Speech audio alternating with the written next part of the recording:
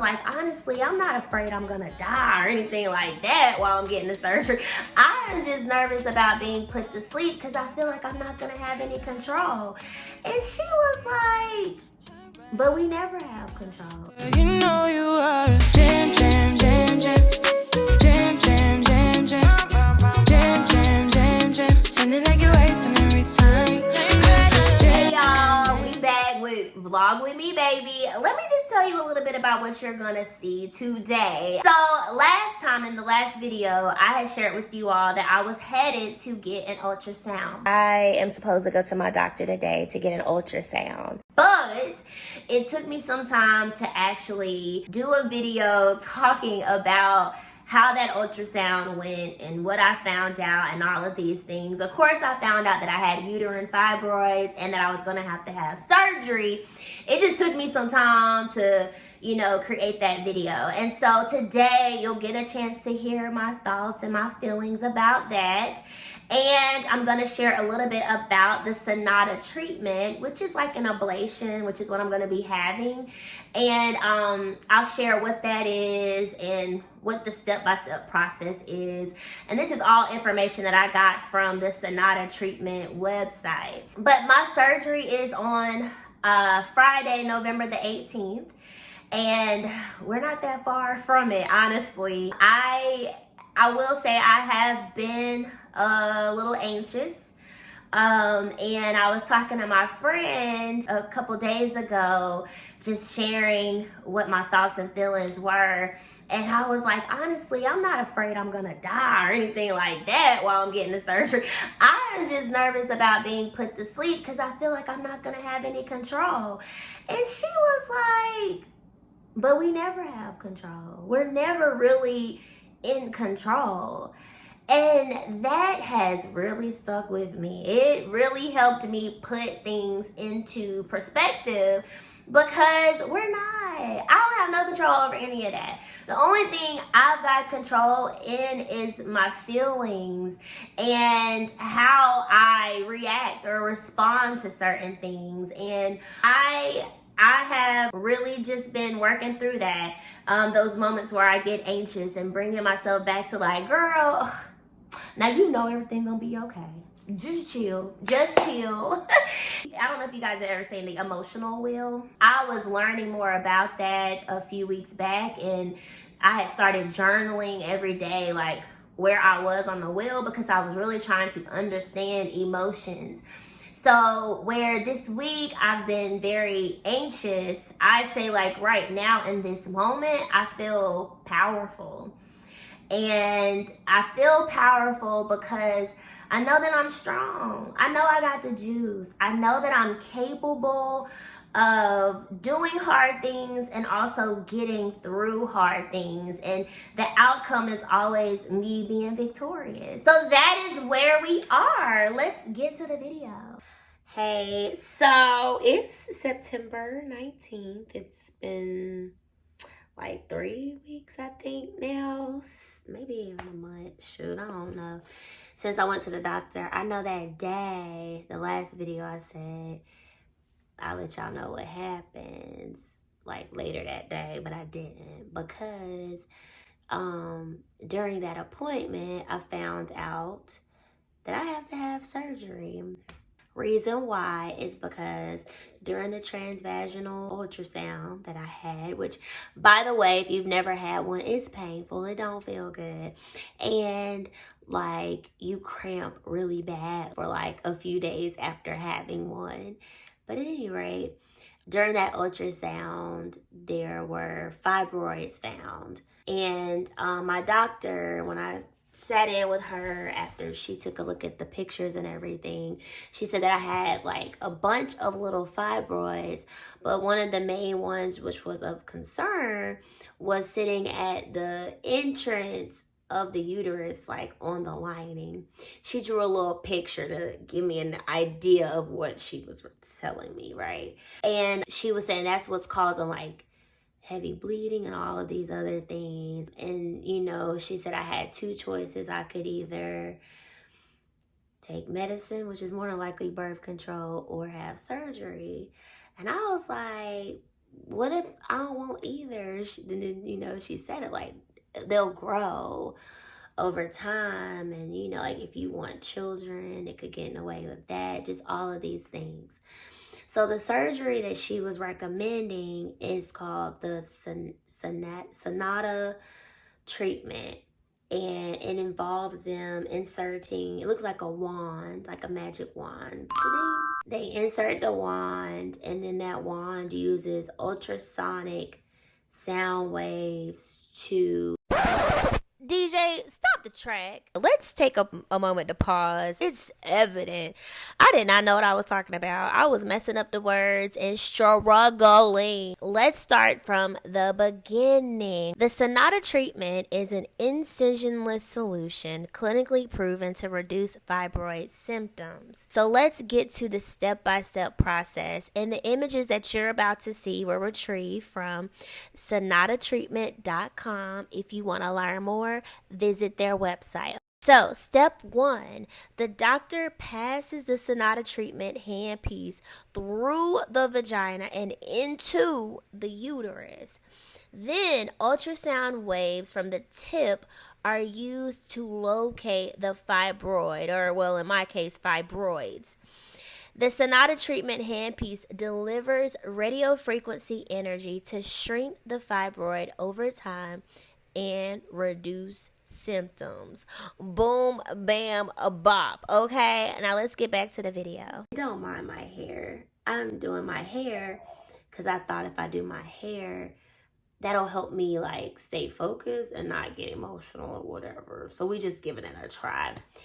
But anyway, so that's the treatment. So she gave me a pamphlet and was like, you know, read over, and you know, you decide, you let us know what you want to do. Some people might hear this type of information and be like, girl, what are you upset about? It's freaking fibroids. Well, the thing about fibroids is that even though they are not cancerous, they can cause a lot of issues in a woman's body. And I want to be a candidate for that. When I walked out of the office, I went to the car and I dropped the F-bomb a few times, you know. I just sat in the car for like 10 minutes or so, just kind of like, man. And I don't know, it was just so many things going through my mind. I'm 34, I'm single, I want children, I don't have any, all of these things.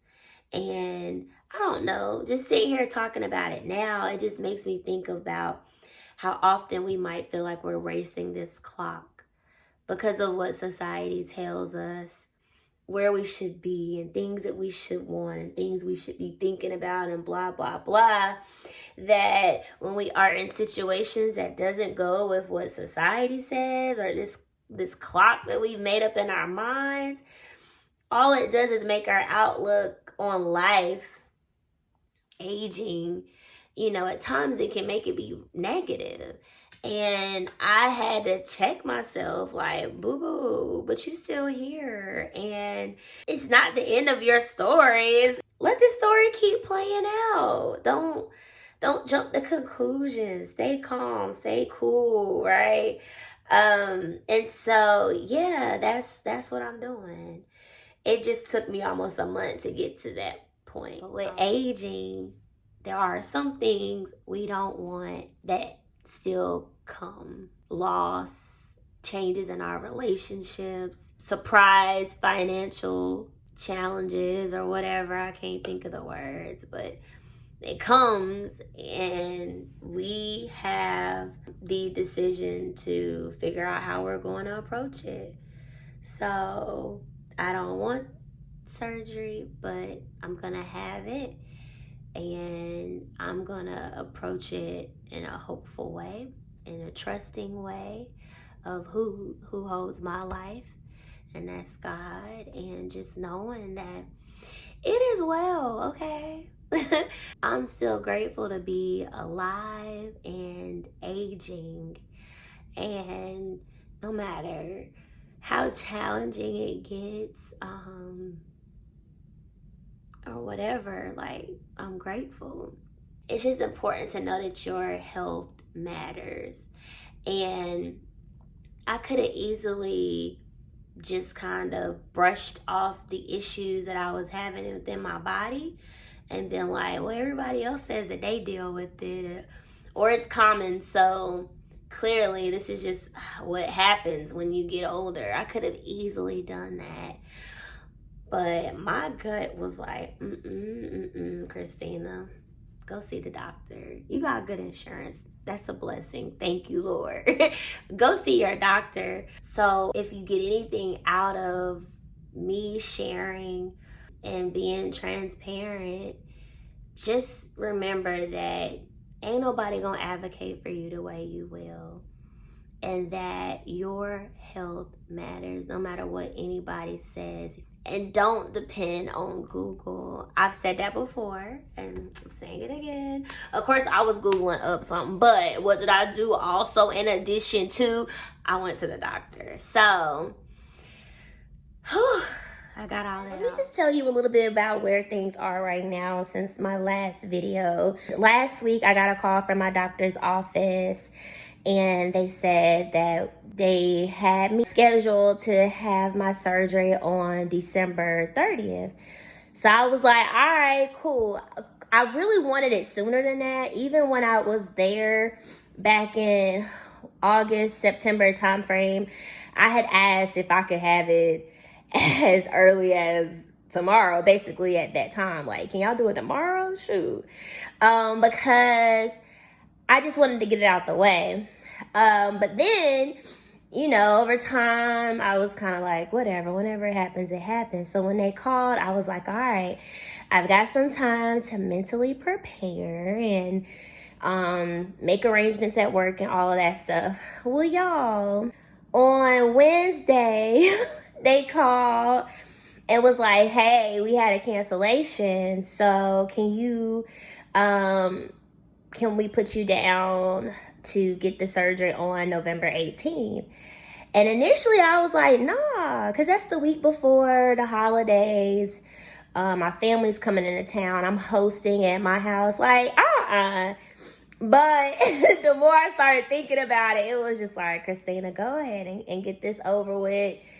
It's going to be okay. You'll still enjoy your family and all of that. So I was like, all right, fine. Put me down to have it on November 18th. And they were like, all right, well, we need you to come in for your pre-op. So then they scheduled me to come in for my pre-op, which was yesterday.